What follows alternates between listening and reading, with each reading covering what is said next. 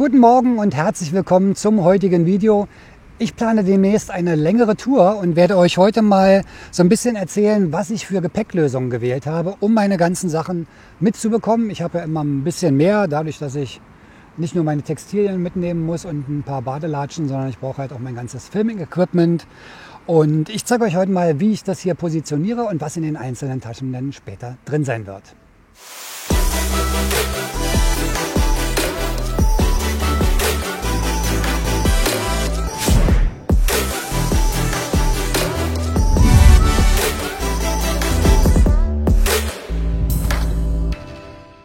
So, ich fange mal vorne an. Hier vorne seht ihr auf dem vorderen Gepäckträger die Moto Nostra Koffertasche. Das ist die kleine, die 10-Liter-Tasche.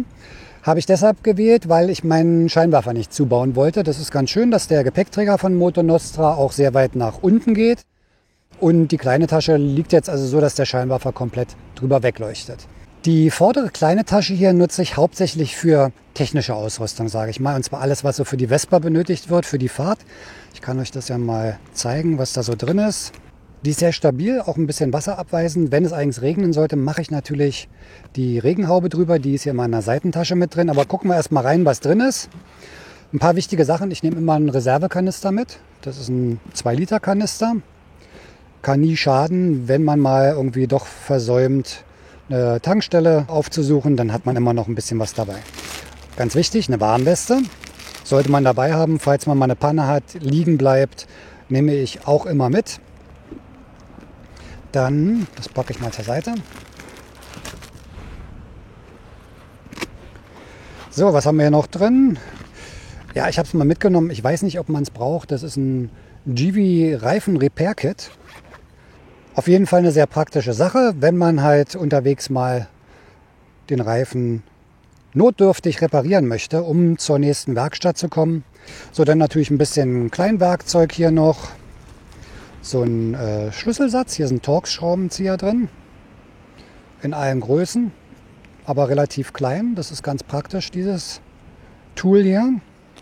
Dann noch so ein kleiner Leatherman, kann man immer gebrauchen mit Zange, Schraubenzieher und den ganzen Sachen, die da noch als Werkzeuge mit dran sind.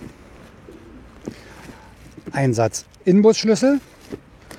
Dann was ist hier drin? Hier ist auch noch was drin. Ah ja, mein 17er Schlüssel, falls die Scheibe mal nachgezogen werden muss. Das Windschild, das wird bei der Fahrt auch dranbleiben. Und dann habe ich hier noch Öl. Liquimoli 5W40 nehme ich auch mit. Ich plane ungefähr 2000 Kilometer zu fahren. Da ist, glaube ich, immer ganz hilfreich, bei einer Vespa doch auch noch ein bisschen Öl mit dabei zu haben. Hier unten ist noch was.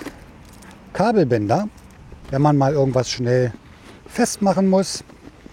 Und das war es jetzt auch schon im inneren Bereich. Hier außen haben wir auch noch ein paar Sachen dran. Ganz wichtig, gerade wenn man mit Windschild fährt oder auch fürs Visier. Visier und Helmreiniger. Der ist sehr, sehr gut von Dr. Wack. Dazu gibt es noch ein Tuch. Also wenn man dann Fliegen oder irgendwelchen Schmutz auf dem Windschild oder auf dem Visier hat, das Zeug ist wirklich sehr, sehr hilfreich. Übrigens Links zu all diesen Produkten packe ich euch unten in die Beschreibung rein, falls euch das interessiert. Dann habe ich hier noch, sollte man auch mal mit dabei haben, in manchen Ländern auch Pflicht, ein Erste-Hilfe-Set für Motorräder, schön klein. Also das sollte man schon mit dabei haben, gerade wenn es ins Ausland geht, in manchen Ländern Vorschrift. So, andererseits ist, glaube ich, auch noch was drin. Schauen wir mal da. Ja, die Regenhaube. Also wenn es dann regnet, oder ich mache es wahrscheinlich auch gleich rauf, mache dann die Tasche fest, dann muss man es nicht machen, wenn es anfängt zu regnen, der Regenschutz. An diese äußeren Taschen kommt man immer sehr schnell ran, ohne die Taschen zu öffnen. Deshalb auch das Erste-Hilfe-Set in der äußeren Tasche, dass ich da schnell rankomme. Ja, und die anderen Sachen packe ich mal wieder rein. Werkzeug nehme ich jetzt nicht so viel mit, also wirklich nur so die wichtigsten Schlüssel, die man eventuell braucht, um mal was nachzuziehen. Ein Inbus natürlich, falls man die Räder mal nachziehen muss. Aber finde ich sehr praktisch, diese kleine Tasche hier vorne. Die wird dann mit diesen Gurten hier unten und an der Seite und hinten festgezogen. Ich werde sie zusätzlich nochmal mit Kabelbindern wahrscheinlich befestigen. Unten sind noch ein paar Schlaufen. Und dann sitzt die hier vorne sehr, sehr gut und behindert auch nicht den Scheinwerfer. Auch die Blinker sind wunderbar zu sehen, habe ich alles schon getestet. So viel jetzt erstmal zur vorderen Tasche. Viele von euch werden die mittlere Tasche natürlich schon kennen. Das ist die Tunneltasche von Sea & Sand. Den Link zu dem Video, ich habe mal ein umfangreiches Testvideo gemacht, den packe ich euch hier oben mal rein. Könnt ihr euch mal anschauen. Die Sea & Sand Tasche ist wirklich sehr praktisch, wird von oben beladen. Ich kann es mal kurz aufmachen. Und hier kommt dann für mich alles rein, wo ich schnell einen Zugriff brauche. Hier oben also Papiere oder Unterlagen, an die man schnell ran muss. Und hier kommt meine Kameraausrüstung rein, also Drohne, GoPros etc. Dinge, an die ich auch mal während der Fahrt schnell ran muss, wo ich dann nicht absteigen muss und erstmal an die Gepäckrolle oder vorne ran muss. Hier also sehr, sehr praktisch alles, was irgendwie schnell zugänglich sein muss. Und 28 Liter ist eine ganze Menge, also da sollte ich, glaube ich und hoffe ich, alles reinbekommen. Ich komme jetzt mal zu der größten Tasche, das ist die hier hinten drauf. Normalerweise fahre ich hier hinten immer mit der von Moto Nostra, also auch die gleiche von vorne, nur in der großen Version mit 35 Litern. Bei der Reise jetzt brauche ich ein bisschen mehr, weil ich muss noch Stative mitnehmen und viel Kamerasachen. Brauche auch ein bisschen mehr Anziehsachen, weil Klima kennt ihr. Wir wissen gar nicht, ist es warm, ist es kalt, also man muss ein bisschen mehr mitnehmen. Deshalb waren mir die 35 Liter ein bisschen zu wenig. Das hier ist eine Gepäckrolle von Dimiet. Ganz toll verarbeitet, auch aus Cordura, sehr stabil. Von oben zu öffnen. Also man hat jetzt bei den meisten Gepäckrollen, da gibt es ja auch sehr, sehr günstige. Die ist leider nicht günstig, die kostet über 200 Euro.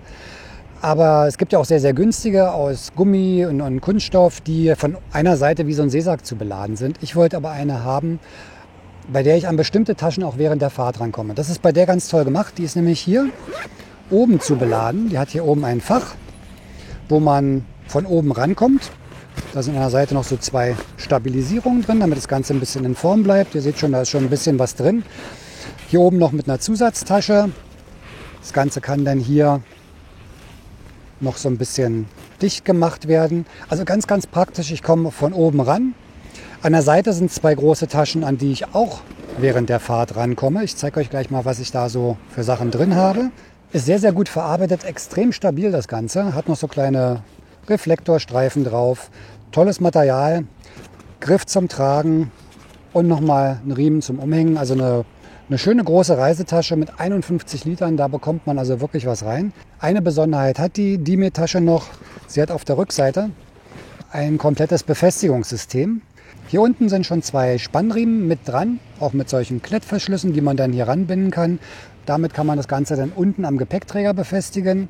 Und hier in der Mitte hat man auch nochmal Klettverschlüsse, wo man das dann auch nochmal zusätzlich, wenn die Höhe stimmt, am Gepäckträger befestigen kann. Also ganz, ganz praktisch, die Befestigung ist mit dabei. Ich mache es trotzdem nochmal mit zusätzlichen Spannriemen auch oben drüber fest, weil ja dann doch ein bisschen größer und Gewicht da ist. Aber eine ganz, ganz tolle, gut verarbeitete, praktische Tasche, der Explorer von Dimiet. Ja, also die Gepäckrolle, die werde ich hauptsächlich für meine Hosen, Jacken, alles, was ich so, vielleicht noch ein paar Schuhe, da passt wirklich viel rein. Ein ganz, ganz großer Stauraum hier in der Mitte. 51 Liter, da sollte also alles für eine Woche oder 2 reinpassen. An der Seite, da sind jetzt noch 2 große Taschen. Die habe ich auch genutzt. Und zwar ist hier an der Seite das, wo man vielleicht mal schneller ran muss, nämlich meine Regensachen. Hier ist die Regenhose. Und auf der anderen Seite, da ist sogar noch richtig viel Platz. Also ihr seht schon, da passt noch richtig was rein. Muss ich mal gucken, was da noch reinkommt. Auf der anderen Seite dann die Regenjacke. Und dadurch, dass es außen ist, kommt man sehr, sehr schnell ran. Hier an der Seite habe ich jetzt noch die Regenhaube für die Tasche, die dann rübergespannt wird. Hat unten Gummis und nochmal Bänder, mit denen man das Ganze dann straff anziehen kann. Auch nochmal Reflexionsstreifen oben. Sehr solide gemacht, also das ist wirklich stabil, nicht so ein dünnes Plastik, sondern das wird wirklich den Regen abhalten. Auch das ist natürlich hier an der Seite, dass man alles, wenn es regnet, auch schön einpacken kann, nicht nur sich selber, damit das Gepäck trocken bleibt. Ja, das war die Tasche. Meine Sitzbank, die hatte ich euch schon gezeigt. Das ist eine vom Sitzbankdoktor bezogene, die ist speziell aufgepolstert, hat noch eine Sitzbankheizung drin. Sitzfläche ist nach hinten verlängert. Die werde ich jetzt auf der Langstrecke mal testen und mal schauen, wie gut man drauf sitzt und wie lange man vor allem drauf sitzen kann, ohne dass man Schmerzen bekommt. In der Stadt bisher gar keine Probleme gehabt. Also da bin ich auch schon ein bisschen länger gefahren, auch mal am Wochenende ein bisschen raus. Die wurde also wirklich auf meine Verhältnisse abgepolstert. Sitzt sich so ganz toll. Aber wer schon mal ganz lange Touren gefahren ist mit einer Vespa, geht zumindest mir so. Ich weiß nicht, wie euch das da geht, aber irgendwann nach 4-5 Stunden, dann tut einem wirklich der Hintern noch ganz schön weh. Dafür habe ich aber eine ganz tolle Sache, die ich bei Touren immer dabei habe. Und zwar ist es das hier. Das ist ein SW Motech Komfortkissen. Das ist ein Luftkissen. Ja, so sieht es aus. Das SW Motech Komfortkissen. Traveler nennt sich das Ganze. Da gibt es verschiedene Größen. Das ist jetzt die Traveler-Version. Sehr, sehr gut verarbeitet. Also man hat oben so eine gummierte Oberfläche, unten noch rutschfester gemacht, damit das, wenn es auf der Sitzbank drauf ist, nicht hin und her rutscht. Das funktioniert auch wirklich gut. Wird dann mit diesen beiden Bändern hier um die Sitzbank befestigt. Hier an der Seite sind noch so Schutzgummis, damit man die Sitzbank nicht beschädigt. Auch hier oben alles schön versteckt hinter solchen Gummilaschen. Traveler Smart nennt sich das Ganze. SW Motech sehr zu empfehlen. Das Ganze wird dann hier geöffnet. Dahinter liegt ein Ventil. Und damit kann man das Ganze dann aufpusten. Das macht man auf oder zu. Und dann auf die Höhe, die man gerne haben möchte und die für einen selber bequem ist, kann man dann so ein bisschen rumprobieren und das Ganze regulieren, wieder zumachen, sodass das Ganze auch geschützt ist. Sehr, sehr solide. Ich habe das jetzt seit über einem Jahr. Hält auch wunderbar. Ist noch kein Problem mit, von wegen Luft raus oder so. Und habe es schon oft benutzt und das habe ich bei langen Fahrten immer mit dabei.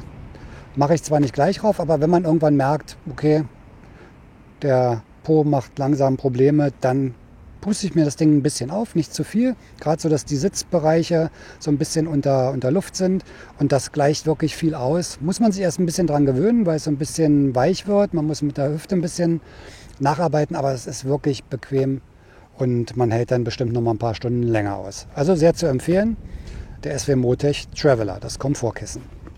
Und das habe ich wirklich immer dabei. Super praktisch, schnell raufgeschnallt, wenn man es wieder einpacken will, zusammenrollen.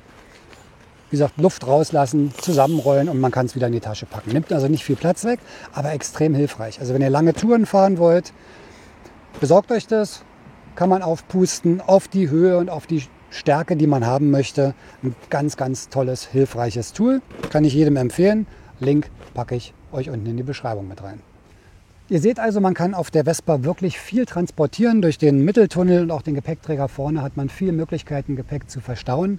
Wenn man das jetzt mal addiert, haben wir vorne 10 Liter in der Moto Nostra, in der Sea & Sand 28 und in der D-Med Tasche haben wir hinten nochmal 51. Das heißt 89 Liter Stauvolumen plus das Helmfach. Da kann man ja auch noch was reinmachen, auch nochmal um die 20.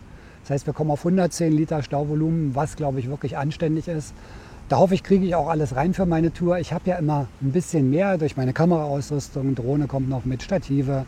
Also 2/3 ist fast alles voll mit Kameraausrüstung und so ein bisschen Technik für den Roller. Aber wird auf jeden Fall Spaß machen. Ich halte euch auf dem Laufenden, was den Roadtrip angeht und natürlich auch, wo es hingeht. Wir sehen uns dann wie immer nächste Woche. Wenn euch das Video gefallen hat, bitte einen Daumen nach oben hinterlassen. Auch den Kanal abonnieren wäre super. Bleibt gesund, fahrt vorsichtig und bis nächste Woche. Ciao.